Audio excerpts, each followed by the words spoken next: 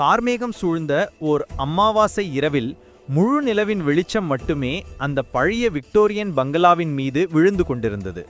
காய்ந்து போன மரங்கள் ராட்சத கைகளைப் போல அந்த வீட்டை சூழ்ந்திருக்க, சிவப்பு சட்டை அணிந்த லியோ, மஞ்சள் கோட் அணிந்த மாயா மற்றும் கையில் ஒரு கரடி பொம்மையை வைத்துக்கொண்டு நடுங்கிக் கொண்டிருந்த குட்டி டோபி ஆகியோர் அந்த வீட்டின் துருப்பிடித்த இரும்பு கேட் அருகே வந்து நின்றார்கள்.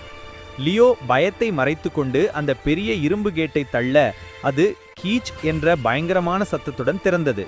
அவர்கள் மரத்தாலான அந்த பிரம்மாண்டமான வாசலுக்கு வந்தபோது அங்கே சிங்கத்தின் முகம் கொண்ட ஒரு பெரிய பித்தளை தாழ்பாள் அவர்களை முறைத்து பார்ப்பது போல இருந்தது. திடீரென்று யாரும் தொடாமலே அந்த பெரிய கதவு மெதுவாக திறக்க, உள்ளே இருந்து வந்த குளிர்ந்த காற்று அவர்களை வரவேற்றது. லியோ தனது டார்ச் லைட்டை ஒளிரவிட அந்த ஒளிக்கற்றையில் காற்றில் பறக்கும் தூசுகள் மட்டுமே தெரிந்தன.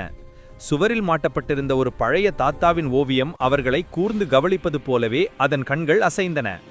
அப்போது மேஜையின் மீது இருந்த ஒரு பூந்தொட்டி திடீரென நீல நிற ஒளியுடன் காற்றில் மிதக்கத் தொடங்கியதைக் கண்ட டோபி பயத்தில் அலறினான். மேலும் அவர்கள் மாடிப்படிகளை நோக்கி சென்றபோது அங்கே ஒரு பச்சையான வழவழப்பான திரவம் படியில் வழிந்து கொண்டிருந்தது. அதே நேரத்தில் மாடியின் உச்சியில் ஒரு கருப்பு நிழல் மின்னல் வேகத்தில் ஓடி மறைந்தது. நடுக்கத்துடன் அந்த மரப்படிக்கட்டுகளில் ஏறி சென்றபோது முடிவே இல்லாதது போல நீண்ட ஒரு தாழ்வாரத்தை அடைந்தார்கள்.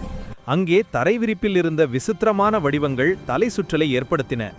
திடீரென்று வீசிய ஒரு பலமான காற்றினால் மாயாவின் கையில் இருந்த வரைபடம் பறந்து சென்றது.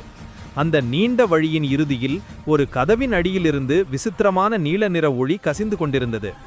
லியோ அந்த கதவை திறக்க கைப்பிடியை தொட்டபோது அது பனிக்கட்டி போல உறைந்து போயிருந்தது. கதவை திறந்தவுடன் அறைக்குள் ஒரு குட்டி நீலப்பேய் காற்றில் மிதந்து கொண்டிருப்பதைக் கண்டு மூவரும் ஒருவரை ஒருவர் கட்டி கொண்டு கத்தினார்கள்.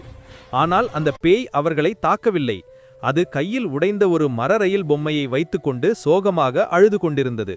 அதன் கண்ணீர் ஒளியாக மின்னுவதைக் கண்ட குட்டி டோபி தன் பயத்தை எல்லாம் மறந்து மெதுவாக முன்வந்து தன் அன்பான கரடி பொம்மையை அந்த பேயருக்கு கொடுத்தான்.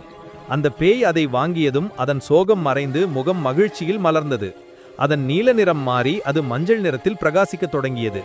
சிறிது நேரம் அந்த பேயுடன் மகிழ்ச்சியாக விளையாடிவிட்டு, இது பேய் வீடு அல்ல, ஒரு நண்பனின் வீடு என்று உணர்ந்து சூரியன் உதிக்கும் வேளையில் அவர்கள் சிரித்துக்கொண்டே விடை பெற்றார்கள்.